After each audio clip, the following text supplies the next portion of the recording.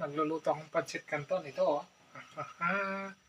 Yan ang ulamin ko ngayon. Kakainin ko pala. Parisan ko na lang tinapay. Ayan, oh. Sino-sino nakain ito? Baka ako lang siguro kumakain ito. Pagkain ng... Ito lang kainin ko. Pancit canton. Kunting pancit canton at saka tinapay. Okay na yan. Ayun, ito po. Ito po ang kainin ko. Pancit canton lang. Pancit canton at yung tinapay. Tasty bread.